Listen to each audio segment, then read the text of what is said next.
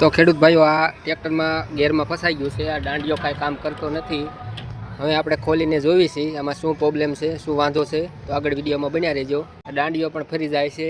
આ જો સૌથી પહેલાં આપણે આના બોલ્ટ ખોલી લઈએ અને ખોલીને ચેક કરી કે આમાં શું પ્રોબ્લેમ છે। તો હવે આપણે આના બોલ ખોલીએ છીએ।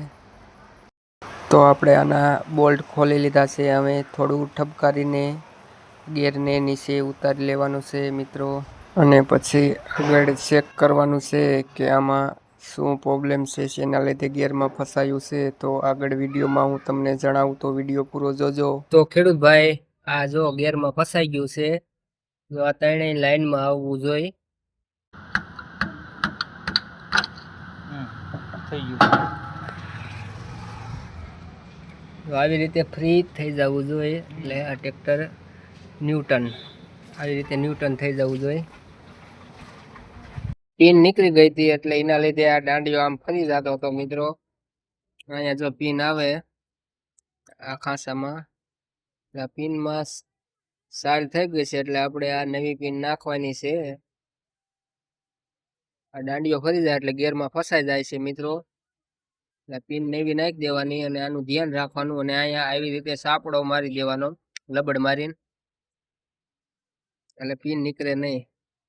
હવે આપણે આ નવી પિન ફિટ કરવાની છે। આવી રીતે મિત્રો સાપડો સડાઈ દેવાના છે ઉપર નીચે બે, પિન પણ ના નીકળે અને ચોમાસાનું પાણી પણ અંદર ન જાય એટલે સાપડો મારી દેવાનો।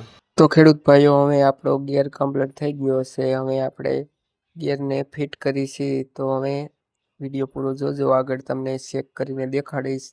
તો હવે આને ફિટ બેસાડી અને બોલ્ટ લગાવીને ચેક કરીને બતાવીશ। તો વિડીયો આગળ પૂરો જોજો।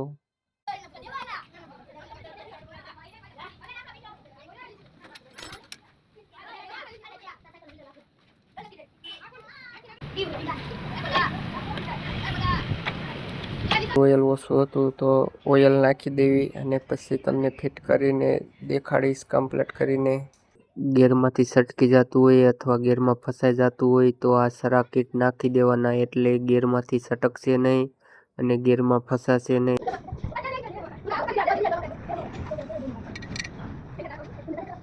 મિત્રો આપણે હવે ટ્રેક્ટર કમ્પ્લીટ ફરી વાર્યું છે। જો આ ગેર કમ્પ્લીટ ગેર પડે છે, ટ્રેક્ટર ઓકે થઈ ગયું છે। વિડીયો ગમ્યો હોય તો લાઈક કરજો, શેર કરજો અને ફોલો કરવાનું ભૂલતા નહીં। જય જવાન જય કિસાન।